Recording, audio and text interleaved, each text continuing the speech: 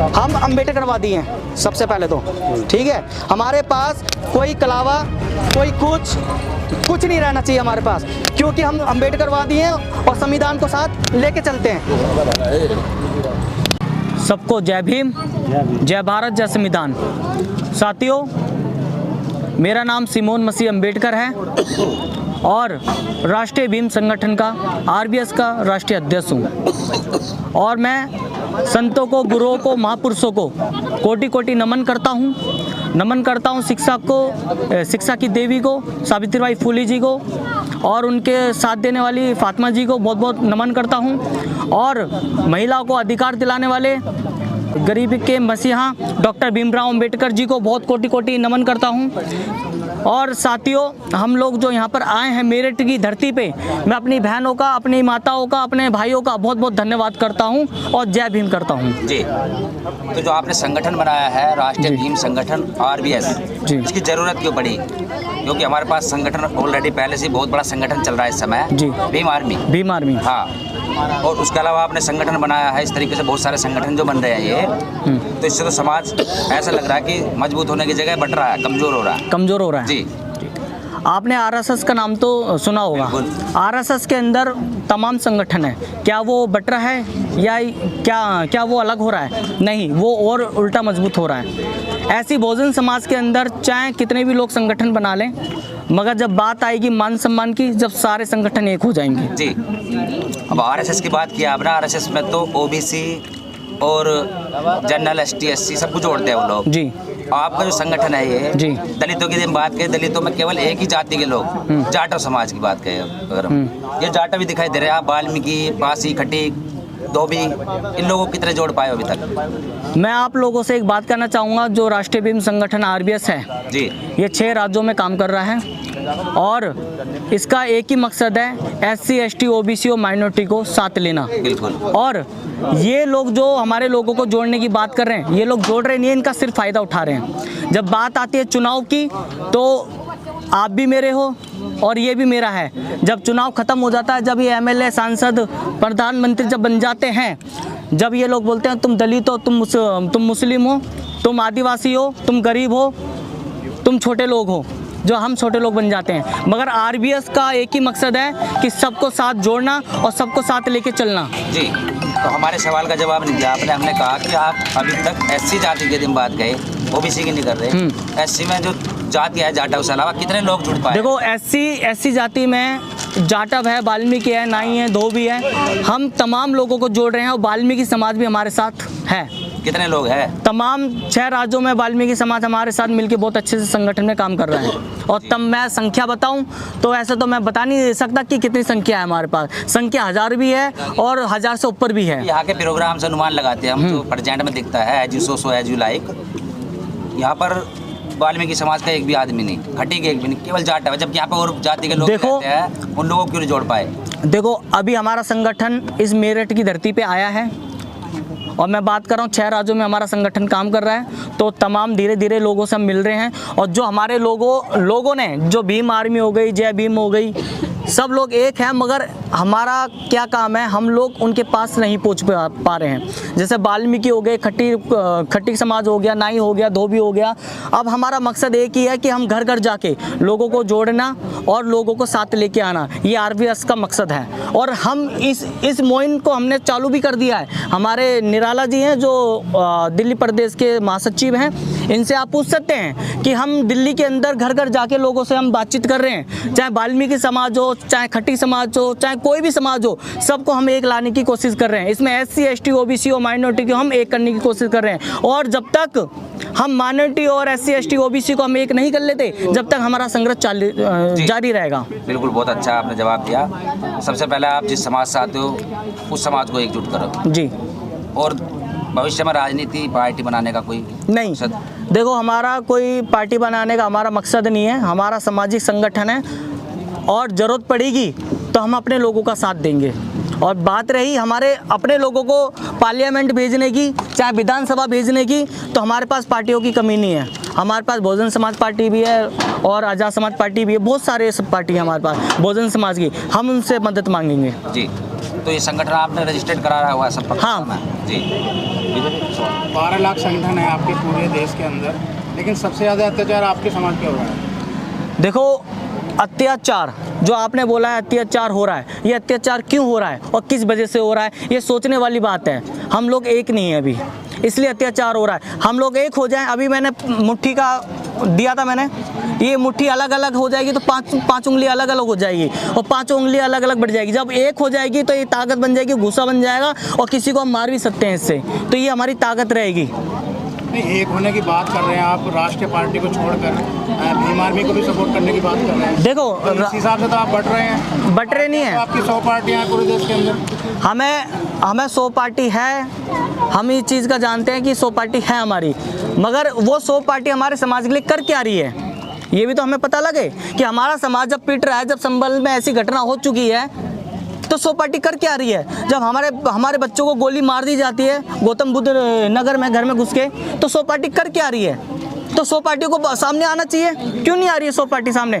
मकसद यही है कि हम लोग एक नहीं हैं, आरएसएस एक है, वो लोग मजबूत हैं। हमारे बहुजन समाज के लोग जब एक हो जाएंगे तो ये शोषण अत्याचार नहीं होगा। एक क्यों नहीं है? एक इसलिए नहीं है क्योंकि आज कोई भी अलग होने की बात करता है तो तू अलग है, तेरे को समाज से उठा के फेंक दिया जाता है। उसे ये नहीं बोला जाता कि भाई मेरा भाई भी मजबूत हो रहा है तो मैं इसे भी साथ लूँ। आज हमारे साथ क्या हो रहा है, हमारे साथ भी यही हो रहा है कि हम राष्ट्रीय भीम संगठन RBS चला रहे हैं, 6 राज्यों में हमारा काम कर रहा है संगठन। इसका मतलब उन लोगों ने सोचा है कि मैं अलग हो गया, नहीं, मैं अलग नहीं हूँ। क्या नाम था उन बहन का, डॉक्टर रितु के ऊपर शोषण अत्याचार हुआ था दिल्ली विश्वविद्यालय के अंदर। तो हम भी ये सोचते हैं नहीं भाई, बहुत से संगठन जा रहे हैं, हम क्यों जा रहे हैं।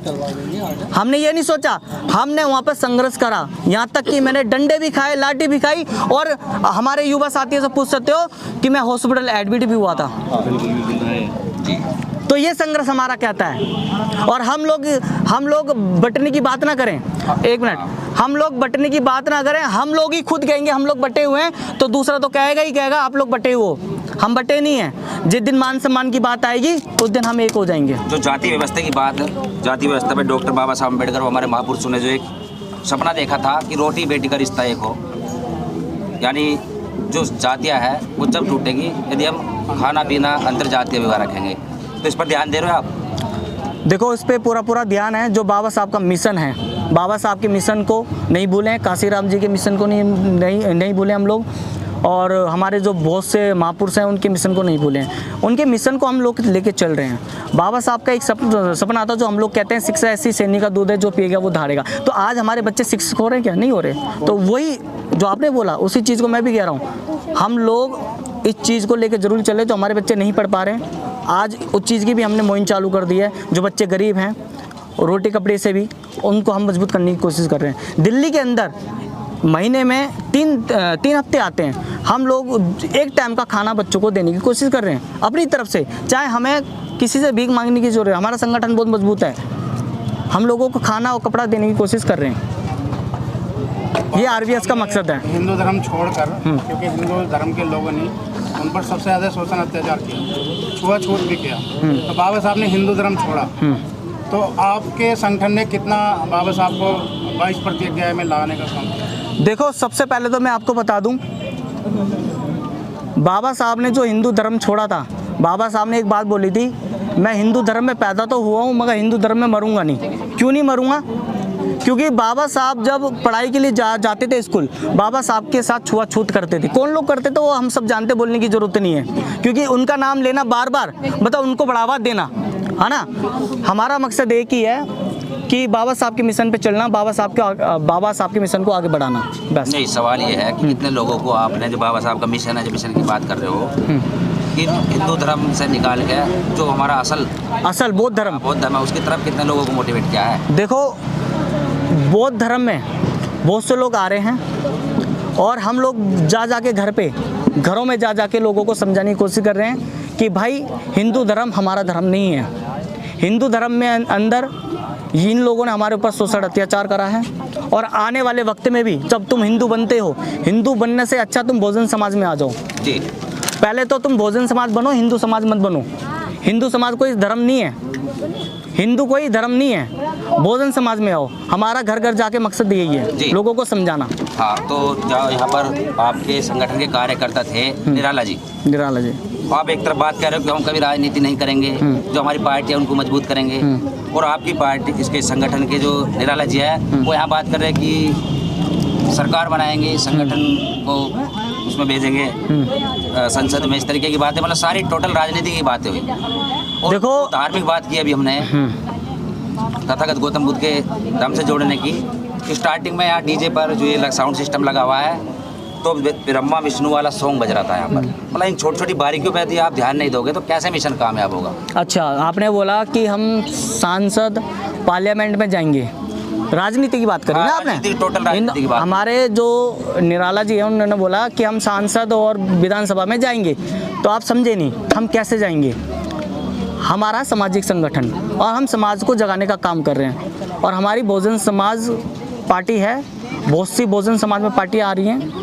हम उनकी सारे से अपने संगठन के जो कार्यकर्ता हैं, जो योग्य है, उन्हें विधानसभा पार्लियामेंट भेजने की काम करेंगे। अपने संगठन है ये, सामाजिक संगठन, कोई पार्टी कोई है, संगठन ही होता है। हाँ, तब बनती है पार्टी। पार्टी नहीं है हमारी, संगठन है। जितनी भी पार्टियां बनी है पहले संगठन ही बनी थी। तो भीम आर्मी ने एक बात भी बोली थी, थोड़ा ध्यान देना चाहिए। भीम आर्मी ने बोला था कि हमारा सामाजिक संगठन रहेगा, पार्टी नहीं रहेगी, और हमेशा हम बहुजन समाज पार्टी को सपोर्ट करेंगे। क्या आज वो अपनी बात पे कायम है? सवाल है नहीं है।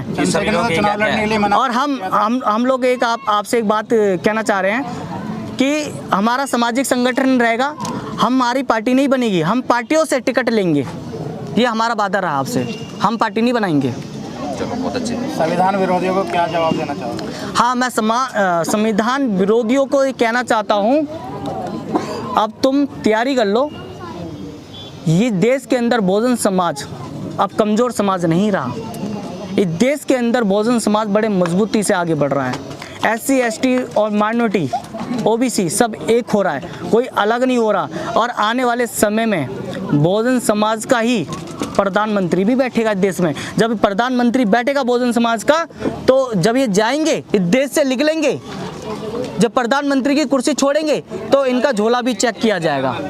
जिस समाज से आप आते हैं वो समाज बहुत ताकतवर है जी। बात करें SC ST OBC की, तो आपका समाज सबसे बड़ा ताकतवर इसलिए है कि वो 2 बार भारत बंद कर चुका है जी, लेकिन सत्ता में नहीं आ पा रहा। किस तरह सत्ता में आ पाएगा? सत्ता में क्यों नहीं आ रहा है? EVM हटाओ, देश बचाओ। क्योंकि सबसे बड़े देश अमेरिका के अंदर EVM से चुनाव नहीं होता, वहाँ पर पेपर से चुनाव होता है। इस देश के अंदर EVM से चुनाव क्यों हो रहा है? हम लोग इसी वजह से सत्ता में नहीं आ रहे हैं। EVM हटाओ, देश बचाओ। जब EVM हट जाएगी, मैं प्रधानमंत्री से कहना चाहता हूँ, तुम्हारी बस की है, मैं चुनौती देना चाहता हूँ प्रधानमंत्री से कि आप लोग इस बार जो प्रधानमंत्री का चुनाव होगा EVM से ना करवाओ, फिर देखो हमारी सत्ता बनती नहीं बनती है। EVM ही सबसे बड़ी जड़ है। EVM ही हमारे देश के भविष्य को खराब कर रही है, हमारे देश के युवा साथियों को आगे नहीं बढ़ने दे रही है। EVM हटाओ, देश बचाओ। तो EVM के विरोध में कोई आंदोलन वगैरह करने की तैयारी है? EVM के विरोध में हमने कितनी बार आंदोलन करे, जंतर मंतर पे बहुत बार करे, मगर हमारे साथ क्या होता है? लाठीचार्ज होती है, जेलों में बंद कर दिया जाता है। क्यों? क्योंकि सत्ता इनकी है, शासन इनका, प्रशासन इनका है। मगर हम लोग, मैंने अभी भी आपसे एक चीज़ बोला था, जब बहुजन समाज जिस दिन एक हो जाएगा उस दिन इतनी बड़ी ताकत इस देश में दिखेगी कि प्रधानमंत्री कुर्सी छोड़ के भगता हुआ नजर आएगा आपको। जय भीम।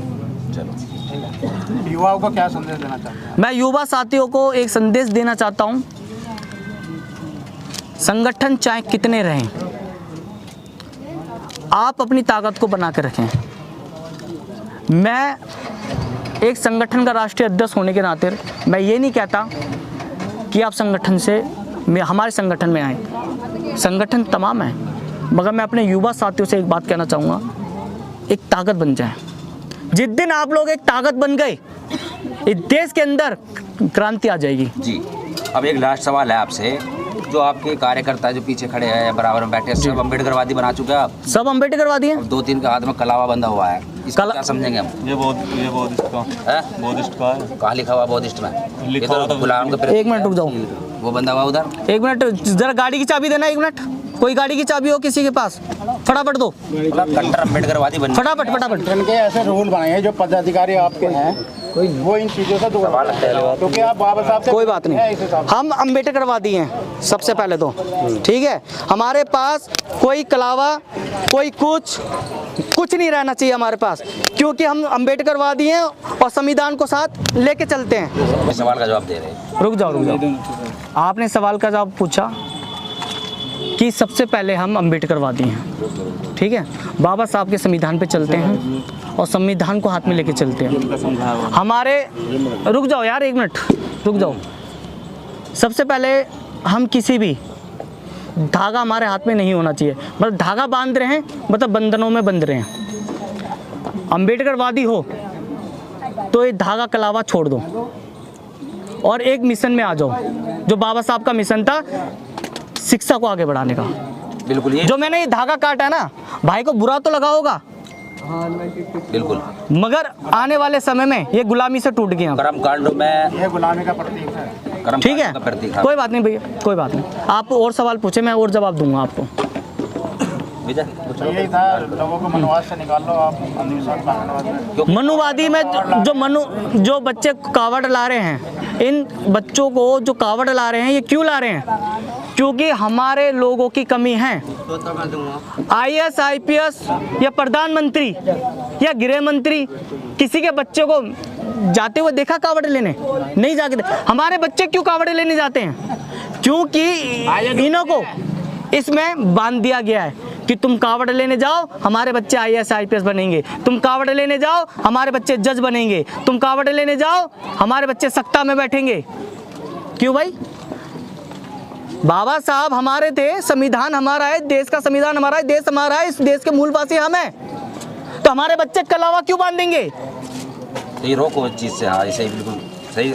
हमारे बच्चे कलावा क्यों बांधेंगे? हमारे बच्चे कावड़ लेने क्यों जाएंगे? हमारे बच्चे स्कूल जाएंगे, शिक्षा हासिल करेंगे, IAS IPS बनेंगे।